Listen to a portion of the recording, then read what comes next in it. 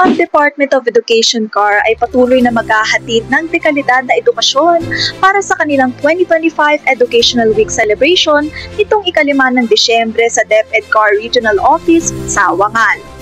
Nitong buwan ng Disyembre, ang Department of Education CAR at iba pang mga ahensya ng pamahalaan ng Cordillera ay nakibahagi para sa mga serye ng aktibidad bilang paggunita sa 2025 Educational Week celebration.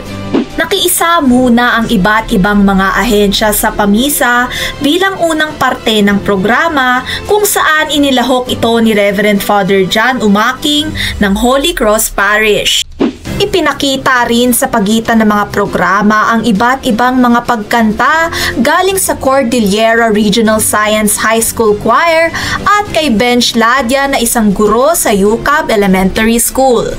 Inihanda ng DepEd CAR Regional Director na si Estela Leon Carino ang kanyang Statement of the Region's Address kung saan inilabas niya ang 5-point reform agenda na gagamitin nila at ng Pangulo bilang basihan ng pamamahala sa bansa.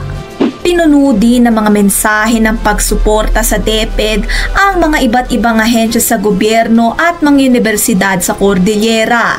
Nagbigay ng istorya ang representative ng Philippine National Police Procor kung paano nahuhubog ang buhay ng isang estudyante dahil sa simpleng pagmamalasakit ng kanyang guro. Matyaga rin na binuksan ng Regional Director ng Department of Social Welfare and Development CAR na si Maria Catbaga na Platen ang suporta ng kanilang ahensya sa pagpapalaganap ng isang pamayanan na inaalagaan ang kanilang residente base sa tema ng programa. Kinilala naman ng representative ng Technical Education and Skills Development Authority CAR na ang basic education ay ang pundasyon ng iba pang uri ng ibang pag-aaral.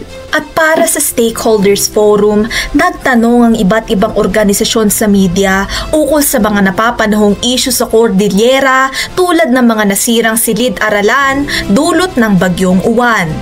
Mahigit 14 na ahensya ng gobyerno at universidad sa Cordillera ang nagpanata sa harap ng marami sa kanilang pangako ng paghahatid ng maayos na edukasyon para sa mga mag-aaral.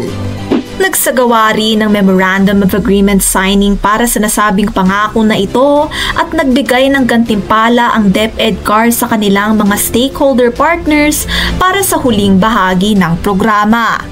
Sa paggunita ng Educational Week na ito, maaring magpatuloy ang hakbang na ginagawa ng mga nangakong ahensya sa paghatid ng dekalidad na edukasyon para sa susunod na henerasyon. Kasama si Juan Tabahonda, ako si Donna Alisa Mabiasen, nag-uulat para sa Herald Express.